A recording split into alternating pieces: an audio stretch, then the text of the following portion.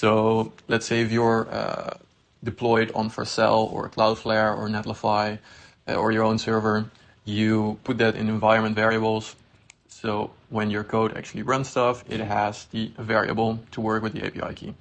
So the first function that you need, of course, the button, it needs a function in your front end to call a backend function or like serverless function. For me, it's called API/create checkout. And that goes to this function.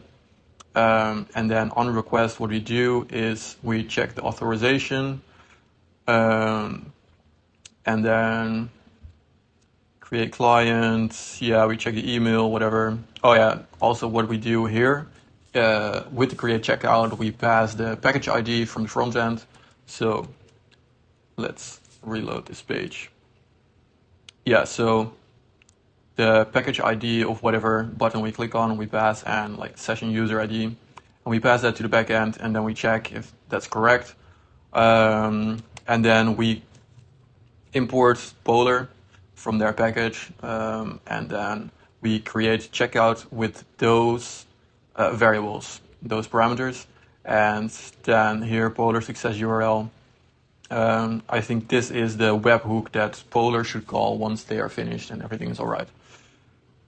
Here, metadata, you can add the metadata here like this. This is also in their documentation, but if you need like an example how I do it, you can see it here, make a screenshot or pause the video. So then, Polar, we will go to Polar, and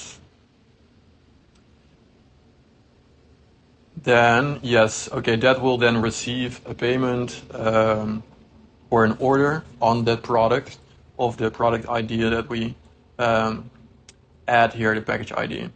And we have it saved on the bottom somewhere. Yeah, like these package IDs, it checks that, and it's the same package ID as we have here under products. And then maybe copy product ID. So it should be that one, and then Polar knows, oh, we're making an order for this one. It handles the order, and once it's all right, then you have to set up the webhook.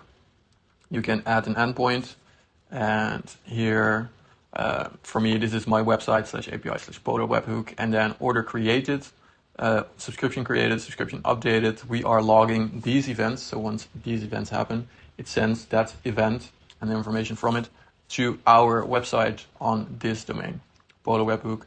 And then what we just have to do is create an endpoint on our website for these events and then log them. So that's what we do over here. This is the Polar webhook. And then what you want to do is verify, of course, and then extract the information from the webhook, the user. And once we know like everything is all right, and we from the information that we get from Polar, we know that the subscription is paid and it is made basically, then we log that into Superbase and under the right user, and we add the right amount of credits basically, and you can save like any information from there, like the date and whatever. And yeah, in Superbase we made a function called process Polar order, and then we pass information over here, and in Superbase this function then puts it in the right table under like transactions or something. And then we do some error logging, and that's basically it.